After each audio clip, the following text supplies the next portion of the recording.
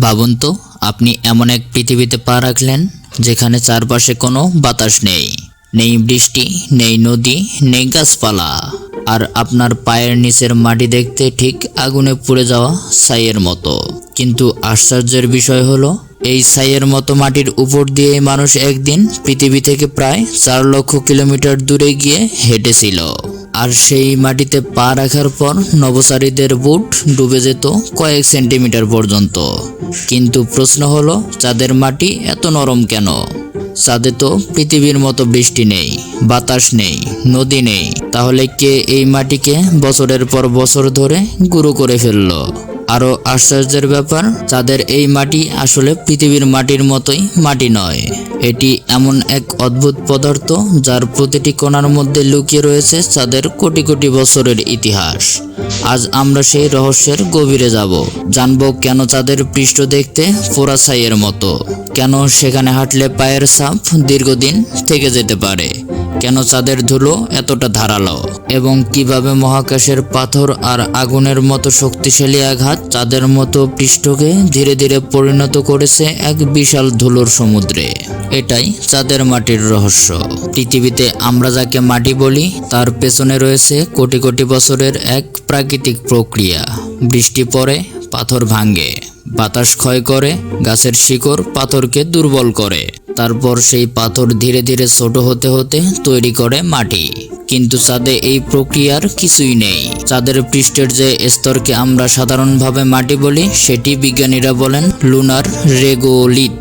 এটি মূলত পাথর, খনিজ, কাঁচের মতো কণা এবং অতি শুকনো ধারালো মিশ্রণ।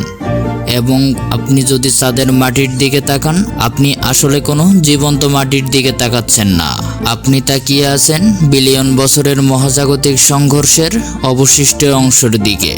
এখন আসল প্রশ্ন, পৃথিবীতে পাথর ভাঙার জন্য আমাদের আছে পানি, বাতাস বা তাপমাত্রার পরিবর্তন। কিন্তু চাঁদের প্রধান ধ্বংসকারী হলো অন্য কিছু, উল্কাপিণ্ড। চাঁদের আকাশে কোনো ঘন বায়ুমণ্ডল নেই, ফলে মহাকাশ থেকে আসা ছোট বড় পাথরগুলোকে থামানোর মতো কোনো শক্তিশালী ঢালও নেই। একটি পাথর মহাকাশ থেকে ছুটে এসে ঝড়ের গতিতে আঘাত করলো, তারপর একটি বিস্ফোরণ, চারিদিকে ছিটকে গেল পাথরের টুকরো। এমন ক্ষয় প্রক্রিয়া যা দ্রুতই ছাপ মুছে দিতে পারে। অবশ্য সূর্যের বিকিরণ, ক্ষুদ্র উল্কাপাত এবং অন্যান্য মহাজাগতিক প্রভাবের কারণে শেষ পর্যন্ত এই চিহ্নেও পরিবর্তন হবে। কিন্তু পৃথিবীর তুলনায় সেই পরিবর্তন অত্যন্ত ধীর। অর্থাৎ চাঁদের পৃষ্ঠে পড়ে থাকা একটি পায়ের ছাপ যেন মানুষের মহাকাশ অভিযানের এক দীর্ঘস্থায়ী স্বাক্ষর। এবার রহস্য আরও গভীরে নিয়ে যাই। বিজ্ঞানীদের বর্তমান ধারণা অনুযায়ী চাঁদের জন্মের প্রাথমিক পর্যায় ছিল অত্যন্ত উত্তপ্ত।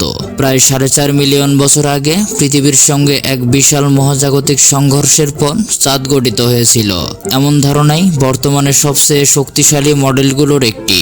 চাঁদের প্রাথমিক অবস্থায় প্রচুর উত্তাপ ছিল, তারপর ধীরে ধীরে এটি ঠান্ডা হতে থাকে। প্রাচীন আগ্নেয়গিরির কার্যকলাপও চাঁদের পৃষ্ঠকে বদলে দিয়েছে। লাভা বেরিয়ে এসে বিশাল অঞ্চল ঢেকে গিয়েছিল। সময়ের সঙ্গে সেই লাভা ঠান্ডা হয়ে শক্ত শিলায় পরিণত হয়। আর আজ আমরা সেই আগ্নেয়র ইতিহাসের চিহ্ন দেখতে পাই চাঁদের গাঢ় অঞ্চলগুলোতে।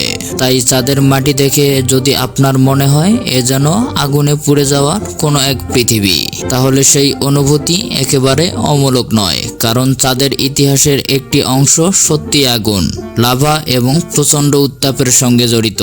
আমরা চাঁদের পৃষ্ঠের ধুলো দেখি, কিন্তু তার নিচে কি? চাঁদের রেগোলিথের নিচে রয়েছে আরও শক্ত শিলা। তবে এই স্তর সর্বত্র একই নয়। কোথাও রেগোলিথ তুলনামূলক পাতলা, কোথাও অনেক বেশি পুরু। যেখানে দীর্ঘ সময় ধরে উল্কাপাত হয়েছে, সেখানে পাথর ভাঙার প্রক্রিয়াও বেশি হয়েছে। অর্থাৎ চাঁদের প্রতিটি অঞ্চল যেন নিজের আলাদা আলাদা ইতিহাস বহন করে। একটি গর্তের মাটি হয়তো কোনো একটি প্রাচীন সংঘর্ষের স্মৃতি বহন করে, আরেকটি অঞ্চল হয়তো প্রাচীন আগ্নেয়গিরির লাভার ইতিহাস লুকিয়ে রেখেছে। চাঁদের মাটি শুধু ধুলো নয়, এটি বিজ্ঞানীদের জন্য একটি টাইম ক্যাপসুল। পৃথিবীতে ভূতাত্ত্বিক পরিবর্তন, বৃষ্টি, বাতাস, জীবনের প্রক্রিয়া অনেক কিছুই পুরনো চিহ্ন মুছে দেয়, কিন্তু চাঁদের পৃষ্ঠ তুলনামূলকভাবে স্থির। তাই সেখানে প্রাচীন সৌরজগতের অনেক ইতিহাস সংরক্ষিত থাকতে পারে। চাঁদের মাটির নমুনা বিশ্লেষণ করে বিজ্ঞানীরা জানতে পারেন চাঁদের শিলা কিভাবে তৈরি হয়েছে, চাঁদের আগ্নেয়গিরির ইতিহাস কেমন ছিল, উল্কাপাত কতটা গুরুত্বপূর্ণ ভূমিকা পালন করেছে, এমনকি সূর্য ও মহাকাশের পরিবেশ সম্পর্কেও তথ্য পাওয়া যায়। অর্থাৎ চাঁদের ধুলো আসলে মহাবিশ্বের একটি পুরনো নথি। একবার পৃথিবীর মাটি আর চাঁদের রেগোলিথ পাশাপাশি কল্পনা করুন। পৃথিবীর মাটিতে রয়েছে জৈব পদার্থ, অণুজীব রয়েছে, পানি রয়েছে, গাছপালার পচা অংশ রয়েছে, অসংখ্য জীবের চিহ্ন রয়েছে। কিন্তু চাঁদের রেগোলিথ, সেখানে জীবনের কোনো স্বাভাবিক বস্তুতন্ত্র নেই।